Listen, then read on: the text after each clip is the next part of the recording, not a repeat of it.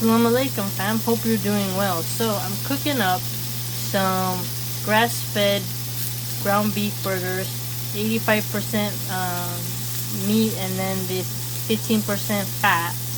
Then the cheese is American cheese, which is a white cheese that's made with butter from pasture-raised cows.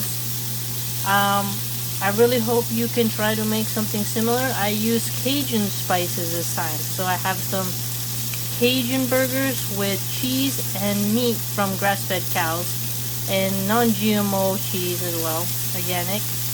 And burgers are a very fun way to, have something unique. If you go to my uncle's house, you get steaks on the grill. If you went to my grandpa's house, you get burgers on the grill. So burgers are something pretty American, pretty standard, and pretty easy to do really if you take the time. And I used to actually be a McDonald's fry cook when I was in high school. One of the jobs I had several, I worked in a pizzeria making pizza. So I hope you're having a good day. I'm gonna break my fast in about 8 minutes. I fasted today, so I'm gonna be able to break my fast with some juicy burgers, some cheeseburgers. America.